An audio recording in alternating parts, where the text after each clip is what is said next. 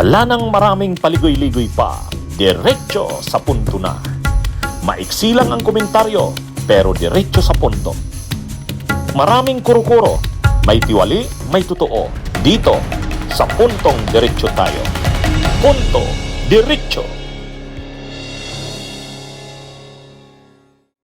O mga kabunyog, pag-usapan natin itong tungkol sa pagkakahospital ni PBBM. Na-hospital si PBBM nung isang gabi. Inobserbahan siya sa St. Luke's yata sa St. Luke's. Overnight. Pero, ang ano dito, tinanong si PBBM, ano po bang masasabi nyo sa mga kritiko ninyo na parang nag-iisip ng masama sa inyong pagkakahospital? Sabi ni PBBM, ano na lang, sorry na lang sa kanila. Sabi niya, ito yung banat niya sa kanyang mga kritiko.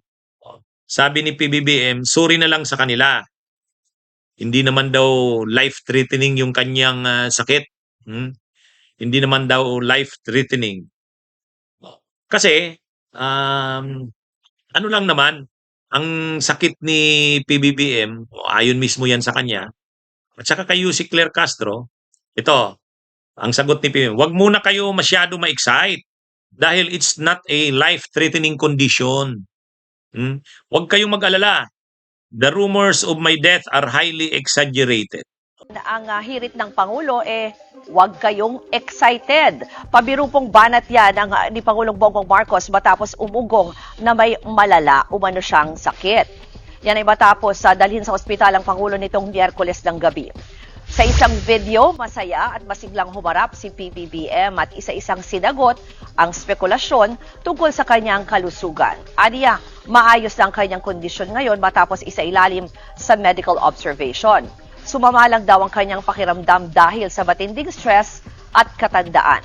Pinayuhan siya ng doktor na magpahinga pero paano niya raw gagawin ito sa dami ng trabaho?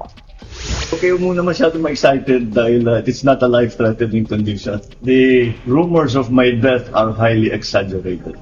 Yan yung sabi ni PBBM. Ang sakit niya, ano ba yun? Nakalimutan ko. Diverticulitis, yun. Diverticulitis.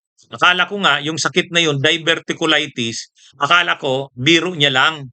Ibig sabihin, nagda-divert siya ng mga issue. Dahil may issue sa kanya ng impeachment, dinadivert yung issue. Kunwari, itong issue sa kanya sa health, na na-hospital siya, para hindi pag-usapan yung impeachment niya. So parang, ang ini-issue sa kanya, nang da-divert ng issue. Nagdi-distraction o distract. Ngayon, tiningnan ko, mayroon talaga palang sakit na diverticulitis. Totoo pala yung sinasabi niya. Totoo pala yung sinasabi niya na ang diagnosis sa kanya ng doktor ay diverticulitis. Anyway, masyadong technical yung term, medical term. Pero sakit siya tiyan. Sakit siya tiyan. So, hindi naman siya seryosong sakit. Sabi nga ni PBBM, normal daw yon sa mga nagkakaedad na.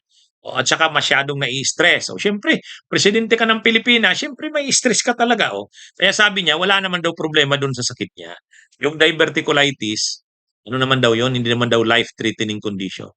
Kaya sabi niya doon sa mga kritiko niya na naghahangad na ng akala mamamatay na siya, sabi niya, exaggerated yan, hindi totoo yan.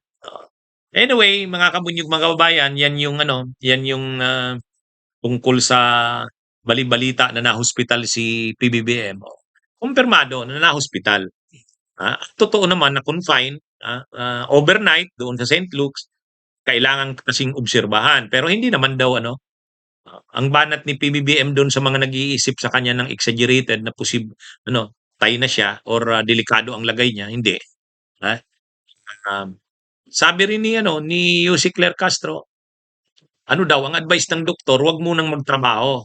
Kaya lang masyado daw hindi daw sumusunod si PBBM. Yung isa kasi sa dahilan daw nung diverticulitis na yun, sobrang stress.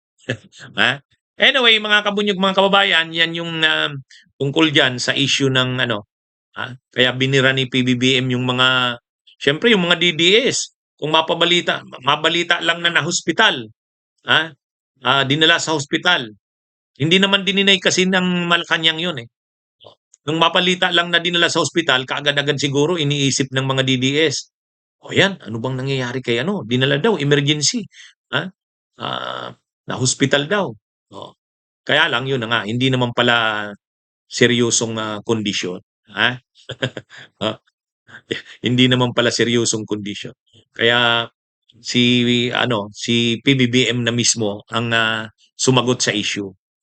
Sabi niya, huwag daw mag-alala, hindi naman life-threatening condition.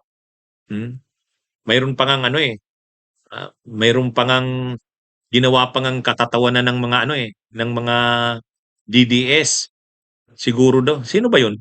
Parang si Bing Guanzon nga. Si Guanzon na naman yata nag-issue nun. Ano ba, na-overdose? Siyempre kino-connect na naman dun sa issue ng paggamit ng illegal na droga ni PBBM. May gano'n na naman na mga post eh. Ano ba, na-overdose? O nasubrahan ba ng paggamit ng droga? May gano'ng mga kumakalat eh. Kaya ano ito? Pero yun na nga, hindi naman seryosong kondisyon. Ngayon kasi ano rin eh, kaliwat kanan yung impeachment kay PBBM. Ayun. Siyempre ano rin siya diyan kung paano niya haharapin yung impeachment na yan. Siyempre confident siya na maraming mga kongresista kakampi niya. Pero siyempre ano rin yan, may epekto rin yan sa stress niya. Lalo pa 3 impeachment complaints na ang final. O di siyempre, anong gagawin diyan? Siyempre pag-uusapan din nila 'yan. Hindi naman nila basta-basta mabaliwala. Kasi seryoso din naman yung final na impeachment. Hindi naman nila napigilan 'yan. Hindi naman nila mapipigilan yung impeachment na 'yan. Kailangan nilang harapin 'yan. Pero dahil hindi masyadong matibay yung mga basihan sa impeachment. Hindi masyadong matibay. Pagdating sa mga kongresista, madali lang nilang ibasura yan. Sa tingin ko lang. Ang mga kongresista, madali nilang ibasura yung impeachment na yan.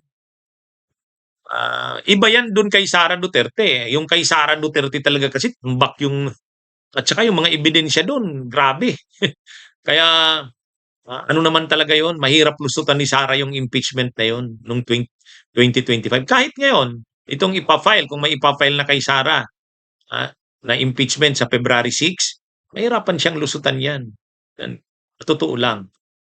Pero itong kay PBBM, niya yan, malulusutan niya yan kasi yung mga kongresista, karamihan dyan, kakampi niya. At saka, tingin ng mga kongresista, wala pang masyadong matibay na grounds. Pero siyempre mayroon din yang epekto sa presidente. Siyempre nai-stress din siya diyan. Hindi niya naman yan mababaliwala. Anyway, yan mga kabunyog, mga kababayan, magandang araw sa inyong lahat. Mabuhay po tayo. Bunyog, bunyog, halikan na kasama ka. Bunyog, kapag buklod ay may pag-asa. Luzon, Visayas, Mindanao, isa ang pananaw. Sa bagong Pilipinas ang bunyog isisigaw.